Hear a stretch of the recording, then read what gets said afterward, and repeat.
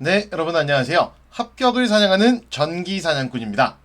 이번 시간에는 그동안 왜 여러분들이 그동안 합격을 사냥하지 못했는지 그 이유에 대해서 알아보고 어떻게 하면 합격을 사냥할 수 있는지 합격을 사냥하는 방법에 대해서 한번 알아보도록 하겠습니다.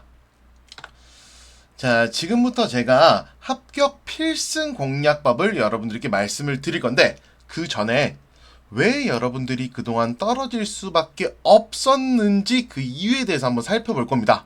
네, 아마도 이러한 이유들을 말씀을 드리면은 공감을 하시는 분들도 많을 거고요. 또 반대로 뜨끔하시는 분들도 많으실 겁니다. 자, 그러면은 그동안 왜 여러분들이 떨어질 수밖에 없었는지 한번 살펴보도록 하겠습니다. 자, 우리가 살펴볼 게 크게 네 가지예요. 첫 번째는 지키지 못할 계획들에 대해서 한번 이야기를 해볼 거고요. 그 다음으로는 무지성 암기, 세 번째로는 눈으로 하는 공부, 마지막에 포기. 우리들이 많이 했었던 그 포기까지 해서 이 네 가지 파트를 한번 살펴보도록 하겠습니다. 자, 첫 번째로 지키지 못할 계획이요. 제가 왜 여러분들이 떨어질 수밖에 없었는지 제일 첫 번째로 지키지 못할 계획을 넣었을까요? 자, 우리가 뭔가를 하는 데 있어서 공부뿐만 아니라 업무나 일 같은 경우에도 우리가 계획들을 너무 타이트하게 잡아놓으면은 월요일 날 해야 될 게 너무 타이트해가지고 우리가 못하겠다. 그러면 이 월요일 날 남은 일들이 어떻게 돼요? 화요일로 밀려날 수밖에 없는 거예요. 근데 얘가 화요일로 밀려난다? 어떤 느낌부터 들죠? 아, 해야 될 일이 너무 많아. 하기 싫어. 이렇게 된단 말이야. 하기 싫어. 야, 그러면 내가 한 이틀 정도 쉬고 주말에 시간 많을 때 그때 몰아서 한꺼번에 해야 되겠다 라고 마음 먹으셨던 분들 많으실 겁니다. 자, 근데 그렇게 마음을 먹으면 우리가 막상 주말에 되면 어떻게 돼요? 안 한단 말이에요. 왜? 평일에 열심히 일했던 또는 열심히 공부했던 나를 위해서 주말에는 잠깐은 또 쉬어야 된다 라고 생각을 하겠죠. 여러분들이 공부는 하지 않더라도 휴식 시간은 잘 챙겨요. 보면은 보통. 자, 어쨌든 우리가 이 계획을 타이트하게 짜면은 절대로 안 된다라는 겁니다. 그 이유가 뭐냐? 제가 전기기사와 산업기사 과목을 예로 들어서 한번 말씀드릴게요. 자, 우리 1과목은 전자기학, 2과목이 전력공학, 3과목이 전기기기, 4과목은 회로이론 제어공학이죠. 산업기사에서는 제어공학이 없죠. 그리고 5과목이 뭐다? 전기설비 기술기준인데, 야, 벌써 산업기사 기준으로는 5과목, 그리고 기사 기준으로는 6과목이나 돼요.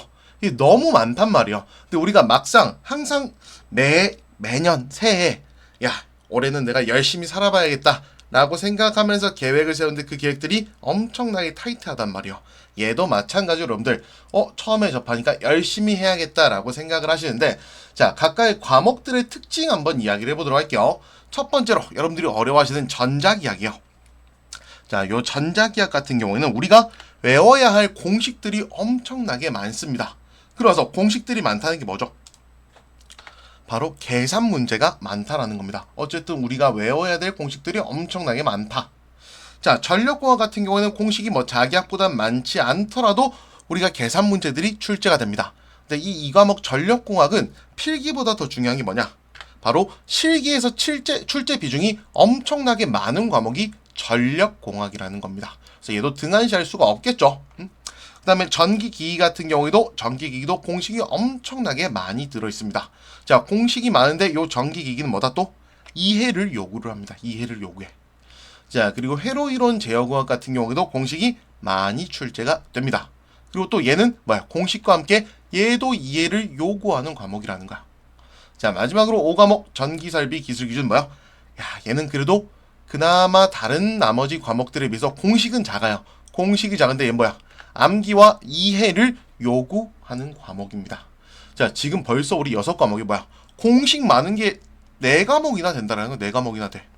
그렇게 되면 여러분들 마음이 급해서 내가 이거를 단기간에 끝내야겠다라는 생각을 하세요. 물론 여러분들 자격증은 단기간에 끝내는 게 맞습니다. 근데 단기간에 끝내려면 엄청나게 열심히 하셔야 된다라는 거예요. 우리가 열심히 할 수 있다는 조건은 뭐냐면은 내가 뭔가를 좋아하는 것을 이루기 위해서는 가장 포기하기 쉬운 게 뭘까요? 잠을 포기하는 게 쉽습니다. 근데 여러분들 보통 이제 제가 현장에 나가서 강의를 해보면은 그렇게까지 잠을 줄여가면서 공부하시는 분들이 많이 계시지 않아요. 그런데 잠도 줄이지 않는데 바로 얘가 여러분들의 계획표예요. 계획표.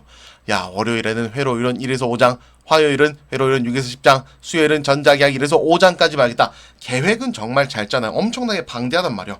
물론 지금 앞에 적어놓은 요 계획들은 여러분들이 열심히 하신다라고 하면 저는 충분히 쳐낼 수 있다라고 생각을 합니다.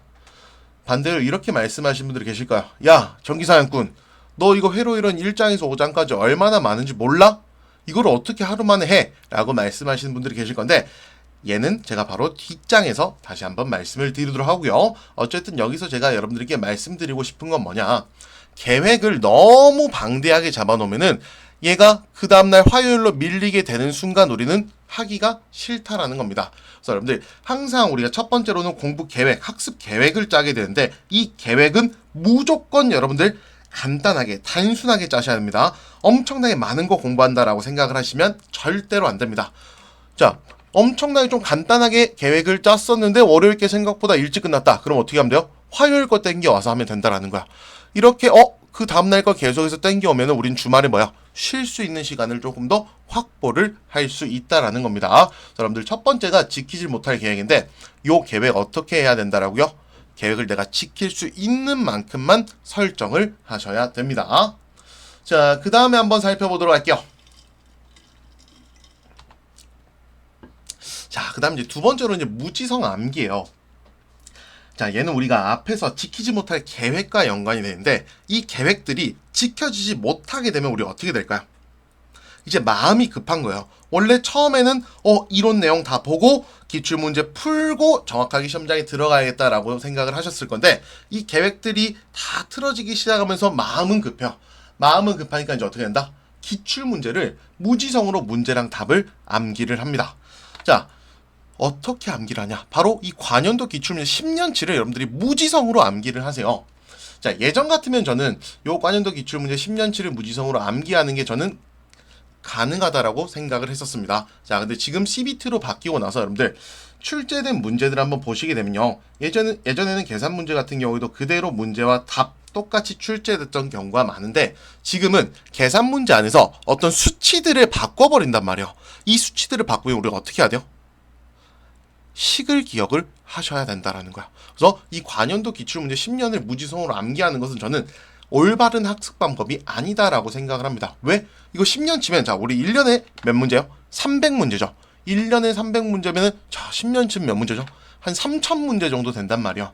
뭐 겹치는 거 빼고 많이 봐줘도 뭐야, 10년에 2000문제인데, 이 2000문제를 무지성으로 암기한다? 저는 말도 안 된다라고 생각을 합니다. 왜? 그 안에 계산식들이 엄청나게 많기 때문이죠.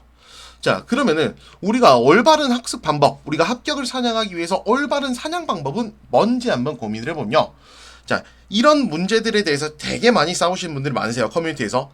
이론을 학습을 해야 된다. 아니다. 이론은 할 필요 없다. 문제만 풀면 된다. 라고 말씀드리는데, 여러분들, 이론 학습은 저는 무조건 필요하다라고 생각을 합니다. 자, 근데 지금 뭐라고 적혀있어요? 빠른 속도로 이론 학습이다라고 돼 있죠.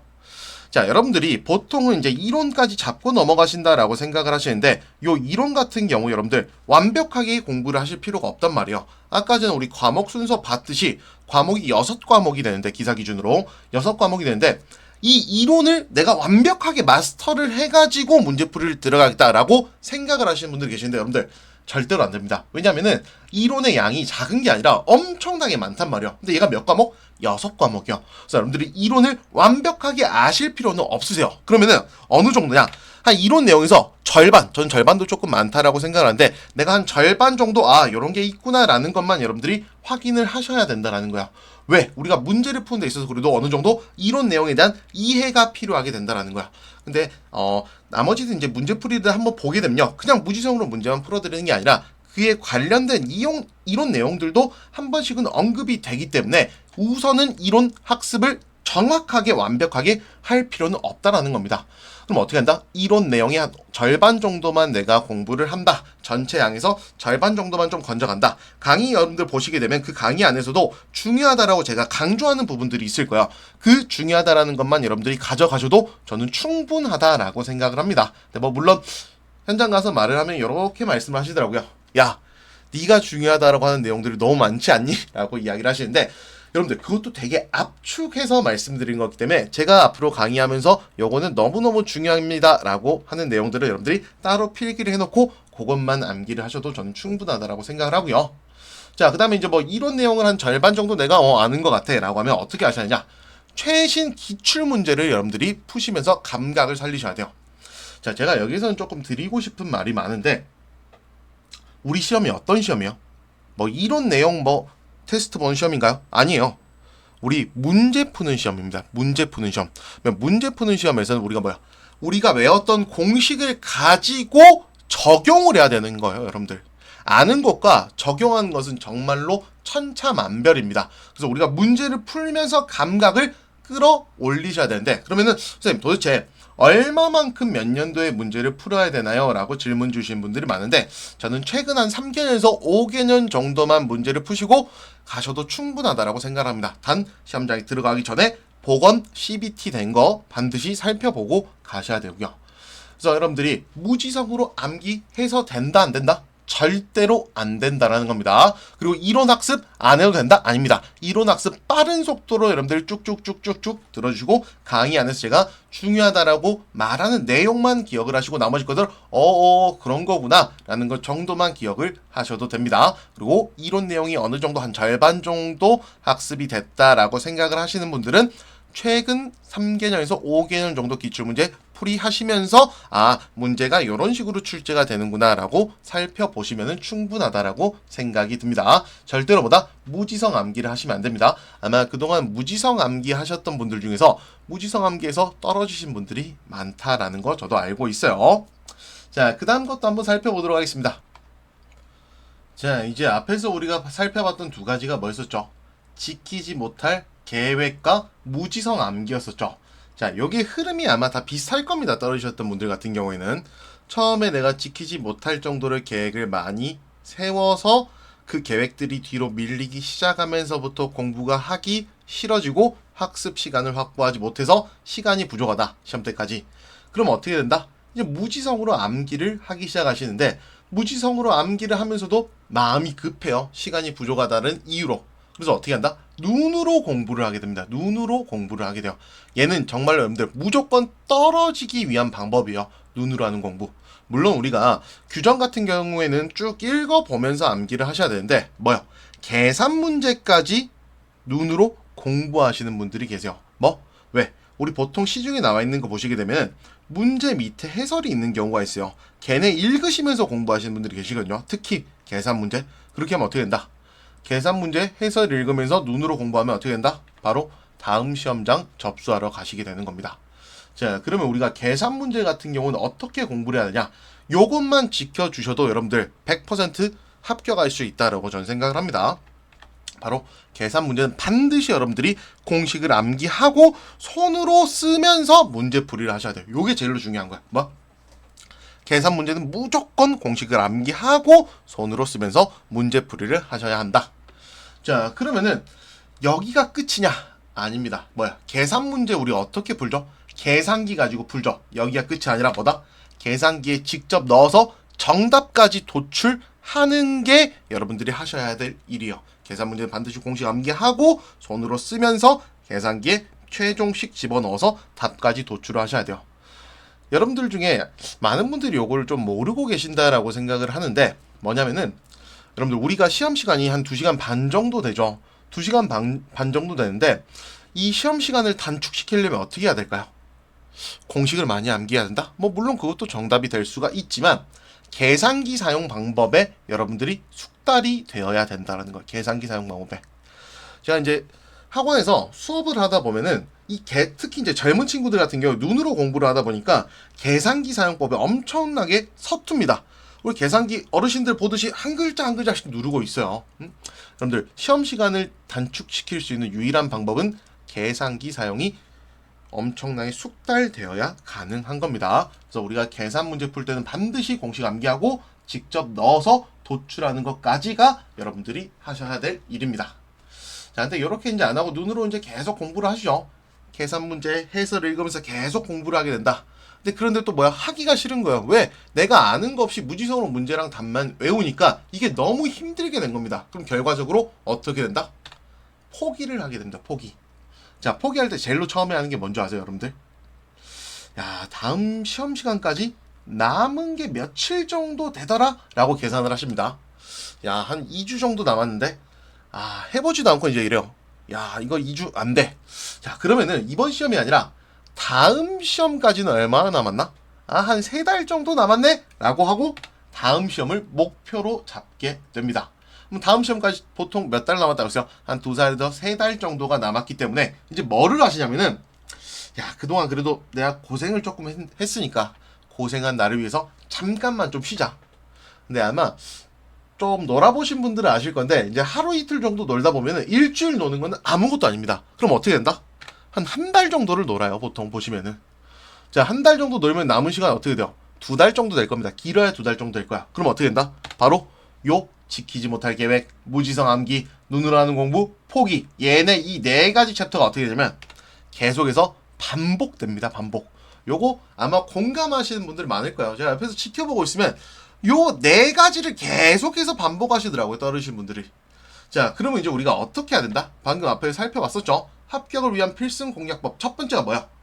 내가 지킬 수 있는 계획을 세워야 한다. 자, 이 계획 세울 때보다 계획을 약간은 느슨하게 세워주셔야 된다라는 겁니다. 두 번째가 뭐였었죠?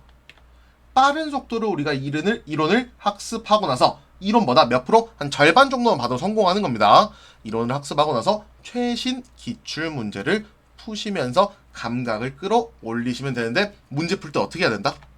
계산 문제 반드시 공식을 암기하고 손으로 풀어보고 마지막에 보다 계산기에 대입까지 해보고 답을 도출을 하셔야 됩니다.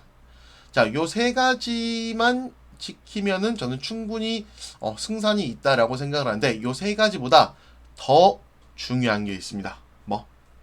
절대로 포기하지 않아야 된다는 거. 포기하지 않아야 된다. 여러분들, 요 자격증 시험이 천재를 가려내는 시험이 절대로 아니거든요. 저는 이 자격증 시험에서 요구하는 건 딱 한 가지라고 생각을 합니다. 야, 너 얼마나 엉덩이가 무거워? 얼만큼 앉아서 노력할 수 있어? 요거 물어보는 거거든요. 그렇기 때문에 여러분들이 포기하지 않고 계속해서 도전을 하신다라고 하면은 저는 무조건 합격할 수 있다라고 생각을 합니다. 자, 오늘 합격 필승 공략법 잘 보셨나요? 여러분들은 어떤 방법이 제일로 와닿으셨어요? 아마 4가지 다였던 분들도 많으실 텐데, 여러분들 지금이라도 늦지 않았습니다. 앞에서 살펴봤던 딱 4가지만 지켜주시면 됩니다. 자, 저는 이제 다음 영상에서 우리가 합격을 사냥하는 데 필요한 도구를 사용하는 팁으로 찾아뵙도록 하겠습니다. 합격을 사냥하는 전기사냥꾼이었습니다. 감사합니다.